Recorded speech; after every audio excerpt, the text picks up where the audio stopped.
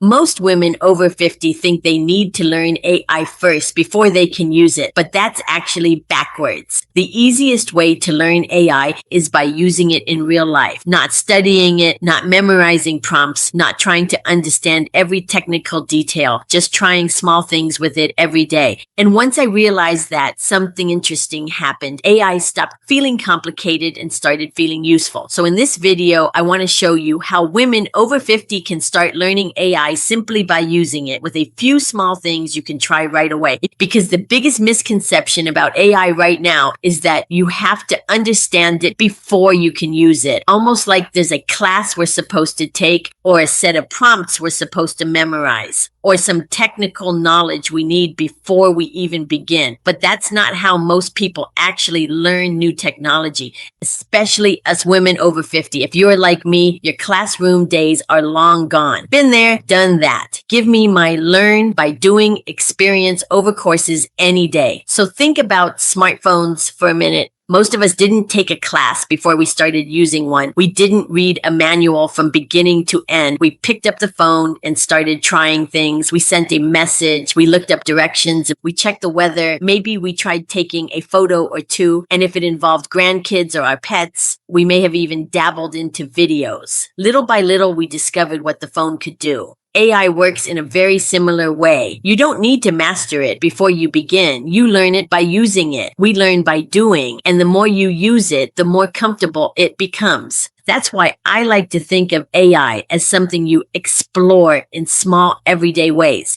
You ask it questions, you experiment, you see what happens, and each time you try something, you learn a little more about what it can do. Let me show you a few simple examples. One of the easiest ways to start using AI is with planning. Planning meals, planning errands, planning a small trip. For example, imagine you're trying to figure out dinners for the week. You open the refrigerator, look around, and suddenly your mind goes blank. Instead of trying to plan everything yourself, you could simply ask AI something like, help me create a simple dinner plan for the week with easy meals. You can even add what you like to eat, or take a picture of what's in your refrigerator. Within seconds, AI might suggest several dinner ideas. And trust me, some of these recipes are really good. AI can organize these recipes into a weekly plan. Suddenly, you have a week of meals planned. It can even create a grocery list. All you have to do is add another prompt like create a grocery list based on these recipes. And what's interesting about that moment is that you realize AI isn't just answering a question. It's helping actually organize your week, saving time and taking away that decision fatigue. Because we have all had those, I don't know what to cook for dinner days. And once people experience that for the first time, something usually clicks because suddenly you start wondering, what else could I use this for? That's often the moment when AI begins to feel genuinely useful. Another place where many women over 50 start using AI is with writing, not writing books. Well, it can actually write books, but when you're learning by doing, you start with practical things, just everyday communication. Maybe you're writing an email. Maybe you're responding to someone who is asking you for a favor,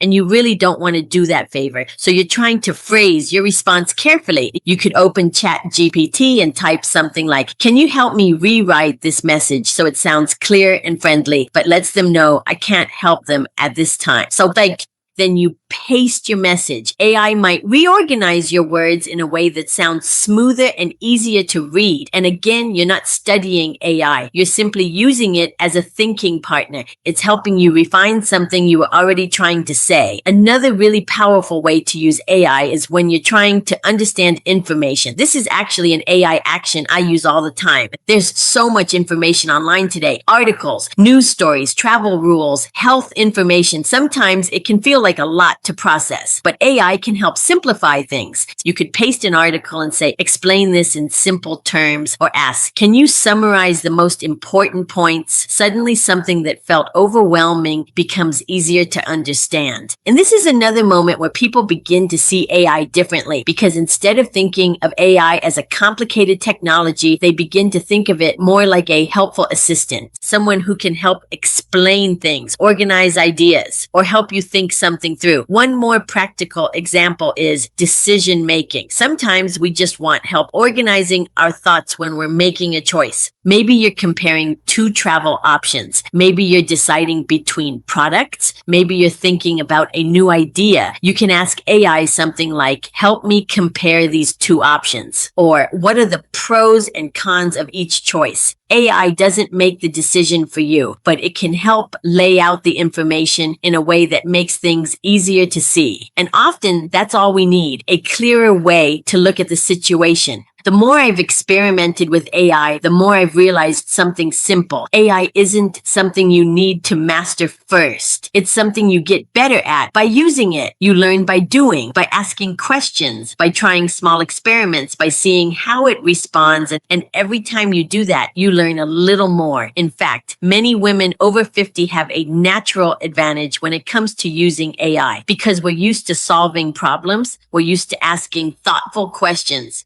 We're used to thinking things through carefully, and AI responds really well to thoughtful questions. So instead of thinking, I need to learn AI first, try thinking, I'm going to try using AI for something small today. That small shift in mindset makes a big difference because once you start experimenting, curiosity takes over. You try one thing, then another, and suddenly you realize AI can help in all kinds of everyday situations. If you're curious about AI, but you've been hesitating because it feels technical or complicated, I want to encourage you with something simple. You don't need to become an AI expert. You don't need perfect prompts. Your prompt skills will improve naturally as you go along your AI journey. You don't need to understand how the technology works. You just need to start experimenting. Ask a question, try a small task, see what happens. That's how most people actually become comfortable with AI. And that's exactly what this 90-day real-life AI journey is about. Exploring simple, practical ways AI can help in everyday life, one small idea at a time. Because the best way to learn AI is simply to start doing. Learn by doing. Commit to one simple AI task today. Then post a comment below and let me know if your task saved you time, helped you clarify something, or made your day just a little easier. Share your mini wins. You never know when your win might help someone else. That's it for today. I sincerely thank you for watching. It is always appreciated. Until next time, when we explore more interesting AI topics. What will it be? You'll have to come back and see.